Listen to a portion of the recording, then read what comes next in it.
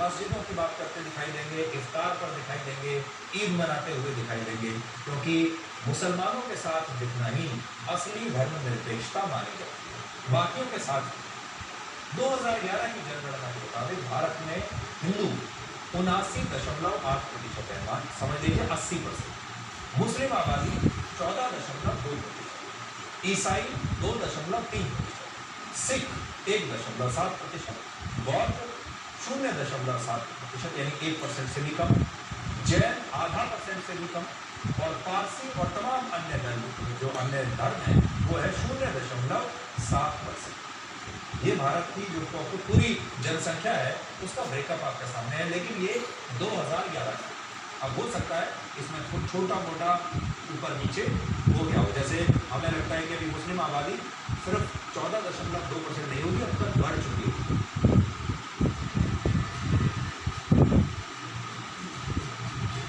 लेकिन अब आप देखिए, अगर आप भारत की राजनीति की बात करें, हमारे तमाम नेताओं की अगर बात करेंगे, तो ये सब के सब इस पाई चार्ट में 2 रंगों तक सीमित है।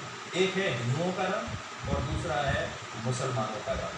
देखिए, सारी राजनीति यही होती है, और उसका बड़ा कारण ये है कि हमारे देश के नेता और तमाम पार्टियां मुसलमानों को सिर्फ एक धर्म नहीं बल्कि एक वोट बैंक मानती है, क्योंकि उनकी संख्या बहुत ज्यादा है। जिस देश में 15% आबादी एक खास धर्म की हो, तो फिर वो धर्म एक वोट बैंक बन जाता है, और उस वोट बैंक में जितने भी लोग हैं उन्हें खुश करना बहुत आवश्यक हो जाता है, चाहे उन्हें खुश करने में कुछ इंसाफ के उसूलों को तोड़ना पड़े, तब भी ये जरूरी हो जाता है। इसीलिए आपने देखा होगा हमारे देश में ये फैशन है कि हमारे देश के जो नेता हैं वो धर्मनिरपेक्ष दिखने के लिए अक्सर आपको इफ्तार की पार्टियों में टोपी पहने हुए इस तरह नजर आएंगे, और वो जानबूझकर जाते हैं, फोटो खिंचवाते हैं, उनके वीडियोस बनते हैं, और वो चाहते हैं कि पूरे देश में उनकी ये तस्वीरें सर्कुलेट हों। जैसे अभी आप नीतीश कुमार को देख रहे हैं, आरजेडी के नेताओं को साथ में देख रहे हैं, इस तरह की बातें आपको अक्सर दिखाई देंगी।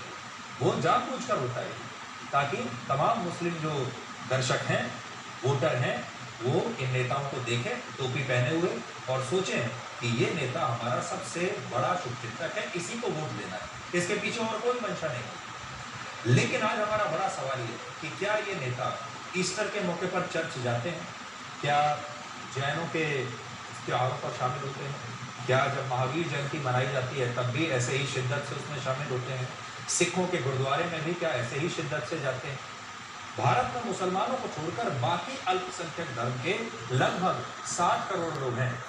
मुसलमानों को छोड़कर 7 करोड़ लोग और हैं जो अल्पसंख्यक हैं, लेकिन इनकी कभी हमारे देश की राजनीति में कोई बात नहीं करता। लेकिन आज प्रधानमंत्री मोदी उन सब की बात कर रहे हैं, और इसीलिए वो कभी आपको गुरुद्वारे में नजर आते हैं। ये तस्वीरें आप देखिए, ये गुरुद्वारे की तस्वीर आप देखिए। प्रधानमंत्री मोदी जब गुरुद्वारे में गए थे तो वो सिखों के धर्म स्थल भी जाते हैं और जैन धर्म के प्रतिनिधियों से भी मिलने के लिए जाते हैं। जैन समाज के साथ उनकी ये तस्वीरें आप देखिए।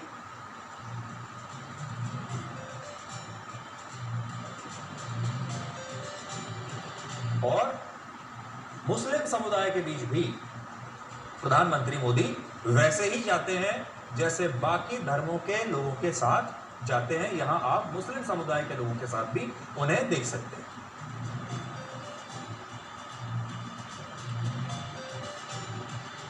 अब देखिए, भारत में ईसाई धर्म की कुल आबादी है 2,78,00,000, लेकिन इन्हें अल्पसंख्यक सही मायनों में नहीं माना जाता। ये है तो अल्पसंख्यक, लेकिन नेता इन्हें अल्पसंख्यकों की तरह ट्रीट नहीं करते।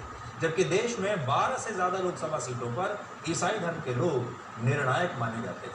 इनमें नागालैंड, मिजोरम, मेघालय, मणिपुर और अरुणाचल प्रदेश में ईसाई धर्म की आबादी 30% से ज्यादा है, जबकि केरल में 18% है, तमिलनाडु में 6% ईसाई धर्म के लोग रहते हैं, और गोवा में इनकी आबादी है 25%।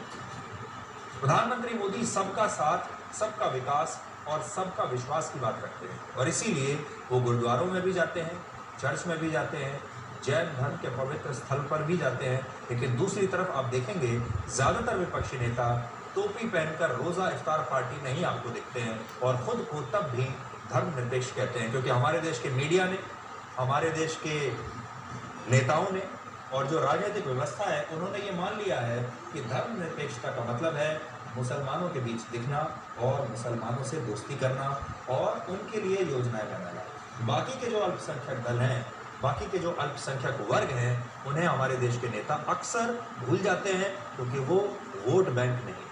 और कभी आप ये बार बार हम पहले दिन से आप कह रहे हैं कि असली आपने देखा होगा जो तनाव होता है हमारे देश में, दंगे होते हैं, पत्थरबाजी जो होती है, वो या तो हिंदुओं के त्यौहार पर होती है और या मुसलमानों के त्यौहार पर होती है। जैसे अभी रामनवमी पर, या फिर जब कोई मुसलमानों का त्यौहार होगा, ईद का मौका आएगा, या फिर शुक्रवार की नमाज होगी, उस समय कोई तनाव होगा, दंगा होगा, पत्थरबाजी होगी। लेकिन क्या आपने कभी सुना है कि सिखों के किसी त्यौहार पर कोई पत्थरबाजी हुई है?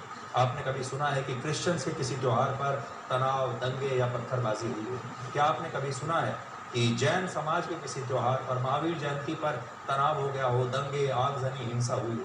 कभी आपने सुना है कि पारसियों के किसी त्यौहार पर कोई दंगा, आगजनी हुआ हो? हालांकि ये लोग भी अल्पसंख्यक ही हैं, इनकी संख्या तो मुसलमानों से भी कहीं ज़्यादा कम है। ये तो हमारे देश में 0.5%, 1% के आसपास।